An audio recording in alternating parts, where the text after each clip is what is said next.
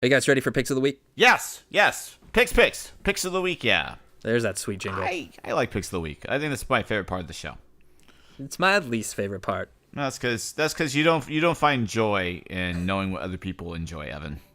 Because you're kind of an asshole. And Okay, I think yeah. I speak on behalf of the other co-hosts on the show that you're a dick. I'll take it. You already know my thoughts, what I think about the video game guys on this podcast. My Picks of the Week is that Flash TV show again.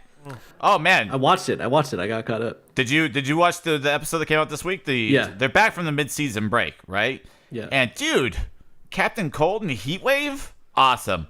Plus, here's the thing: is like when you watch Gotham, Gotham constantly hits you over the head with all these references on who these characters are going to be, and then I would say Gotham doesn't give you Easter eggs because it basically just says the same goddamn shit all over the place. It's not hidden. It's just like, okay, we get it. But Flash does such a great job of just throwing out little Easter eggs and little tidbits to the fans that I love it, man. And that dude is Barry, Grant Austin, kills it. Love that dude. I love that Flash because it's so much fun to watch. That is a fun show, man. Yeah, that was pretty good. The Arrow episode, their comeback from their break too, was actually pretty good too. I watched the last 5 minutes of the last episode before the break. Yeah. With Ra's al Ghul. Yeah. Oof, brutal. Yeah. And then this one ends on a cliffhanger again. It's pretty awesome. So yeah, my Picks of the Week, man. CW for doing awesome stuff with Flash And the vampire show, right? First, he's a Trekkie. Now he's into CW. This is 2015 is shaping up to be a pretty crazy year, everybody. First off, I'm not. I would never say I was a Trekkie, but I love those Star Wars movies, and I like. You motherfuckers, man. Did I say Star Wars? Goddamn, Spencer. I mean Star Trek. I like the Star Trek movies. I think they're awesome. I like the original cast. I like Bones. And I like Sulu, and I like Kirk. I love all those dudes. Those guys are great. Dude. I even like Undiscovered Country, which is kind of considered a shitty movie. So my thing is in the next couple. Because you're a Trekkie. I'm not a Trekkie though. Only Not really Trekkies a like Trekkie. Undiscovered Country. I thought Undiscovered Country was it was a gem. It was a hidden Watch gem. this. When Ryan takes us out of the show, he's going to do it all in Klingon. Dude, I wish I could. Omar, what's your pick? I wish I could speak Romulan. Well, there's courses out there where you can speak Klingon and Romulan, so it's like a Linda thing. You just go. It takes you a month. Sure. Linda.com. Or what do they call it? Rosetta Stone for? Yeah, it's a boot camp. Should be hella tight. All right, my pick of the week is a game that I talked about a little bit in the beginning. It's called Puyo Puyo Tetris. It's a mashup of two different puzzle games, and there's competitive play, and I think there's even 4-player play, which is I have not done yet, but it seems like it could be cool.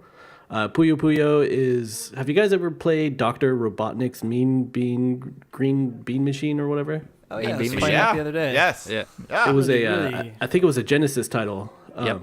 It's kind of like a match 4, and the things can go in any direction as long as they're touching by one corner. And you match 4, and they clears the board, and classic puzzle style game. And then there's Tetris. Everybody knows Tetris. And this game mashes those two ideas together and lets you battle each other playing each game individually, or playing a mashup of both games together, or flipping back and forth between the two style games. It's really fun. It looks awesome. It's all in Japanese, so I have no idea what's going on, but that just makes it funnier because these characters are really animated and saying crazy stuff in Japanese that I don't understand. But it's just a lot of fun. It's really colorful. Sounds pretty good. It's a pretty good game. And if you want to play it out here, you have to import a copy of it from Japan. But the awesome thing is, all of our current systems are region-free, so it doesn't matter if it's a Japanese title. You can totally Except for the play Wii U, right? Except for the Wii U and the 3DS, yeah, those are Yeah. the only region-locked systems. Yep. The Vita's region-free, Xbox One and PS4 are both region-free. It's pretty sick. Spencer Carnage, what is your pick of the week? My pick of the week is all new X Factor 20. It is the last issue of Peter David's X Factor run he did. He's been doing X Factor for a long time, but if you remember, I think it was like 2 years ago, everything in Marvel was all new, and so they did an all new X Factor where they were they were working for a corporation, kind of as like, what if Google made superheroes? And this last issue was pretty cool. They dropped some interesting bombs. kind of revealed the history behind the Harrison Snow character, who is the Larry Page to the Serval Industries that employs the X Factor team. And I really liked the kind of, if you're reading Peter David's other books he's doing, then, and you're not reading all new X Factor, you should read it, at least this last issue, especially with some, I'm just going to say $20.99. It's really cool how he kind of tied those two things together.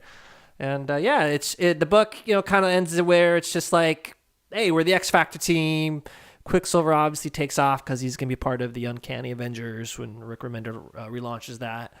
But this has been a good book. It's not the best book out there, but it's always Peter David's work, especially with a team like X Factor, taking like misfit mutants and putting them together. It's always an enjoyable read. And I mean, there's some weird things that happen in this book, like robots in love with other robots, in love with people, and crazy Peter David stuff. And the artist, I forget his name, is like an Italian guy. Giuseppe was I think there's something like that. Sure. It's like, great artist, great book. It's the end of the run, and I hope when Battle World ends that Peter David gets to do another mutant book. Cause hell yeah, dude! I agree with you, man. I missed his X Factor. His X Factor run has been legendary. This goes back to the '90s, right? But the X Factor he did for about 5 or 6 years before this newest incarnation of X Factor is so good. Just the work he did with Jamie Madrox, going back into I guess even back to that one Jamie Madrox hardcover one shot that they did a few years back, where it's about them opening up a detective agency in Mutant Town for mutants. Dude, so good. And I love the evolution of the characters. And when they relaunched this current X Factor war, it was if Google had superheroes. Like, I loved it. And it's just coming from the brain of Peter David. Yeah, you're taking characters, classics, Lorna Dane, also known as Polaris, Quicksilver, and Gambit, and making them all like these kind of characters that are kind of been losers a little bit, or like have kind of fallen out of fashion, especially somebody like Gambit was so huge. And then just he was a product of the 90s, and there's the natural backlash against that. Like, I don't know, he made Gambit cool in this book. I gotta tell you, wait till Channing Tatum plays him. I think people are gonna lose their shit. I know I did. I am already throwing my underwear at the screen. Sure. So it's a great book. If you missed out on it, well, you can always check it out. You always get back issues. You can go to Marvel Unlimited and read the old issues. I'm sad to see it go, but I hope, like I said, things shake up with this whole Secret Wars Battle World, that Peter David's doing something with the mutants, because he always does such a great job with them. Yeah, Righteous jam. My pick of the week is going to be Donkey Kong Country Tropical Freeze. Oh, I've been playing that Nintendo Wii U this week. A little bit more. Evan, that's so exciting to hear you say that. Why is that? I mean, I know how much Because you're kind of a Diddy Kong. No, I just say your deep hatred towards X-Men. Or X-Men, I mean, Nintendo. Jeez. Get it together. Wow, I'm sorry. I was reading something as I was putting together that thought. Yeah, your sick burns are falling apart, man. What's going on? You feeling okay? You have a fever? Or? It's like Spencer says, Battle World.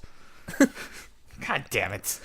Yeah, man, I'm a pretty big Donkey Kong Country fan. This game seems to be, like most Nintendo games, just like a solid return to form, and it's doing well. The one thing I do miss is like the music doesn't feel quite the same as I remember Donkey Kong Country, but that's okay. That's like me comparing, my nostalgic feelings about the first Donkey Kong Country to this new game. So I've been trying really hard not to do that, and it's pretty cool. Looks great, and the platforming is pretty solid.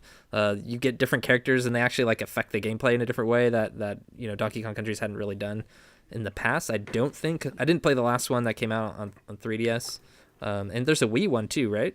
Yep. Yeah. So they might have incorporated that, but you can like put Cranky Kong on your back, and then he has like a cane that he uses like Scrooge McDuck from the DuckTales game, which makes it changes the way you think about platforming in that game. And they do interesting stuff by putting collectibles in different like hard to reach places. Where if you have like Diddy Kong, he'll use his like barrel jetpack to like help you jump up higher, or Trixie, I think. Is that the one? Dixie Kong. She'll help you like glide across things by spinning her hair like a helicopter, like almost Tails style. Yeah. Is it Dixie Kong? I always thought it was Diddy. Or there's a Dixie Kong. Yeah, Ditsy, as in like stupid. No, I don't. Nope. No, there's Diddy, Dixie, Cranky, Donkey. There is a Trixie though, isn't there? There's a tall girl, Trixie. isn't there? Who the hell's Trixie Kong? Oh, she's the one that hangs out on the corner. Oh, jeez. Oh, she's that kind of Kong, huh? Oh man, this pick of the week is taking a turn down step into darkness, I guess. Yeah. Stop. Well, that's my pick of the week. Stop saying into darkness. Onto this episode. I'm gonna try to say it as many times as I can every episode. You guys are real assholes. Drinking the J.J. Abrams Kool-Aid. Just blinded Comes by in that lime lens flavor. flare. The guy's a fake. Did we just make the same joke twice at the same time? No, I think I said something else.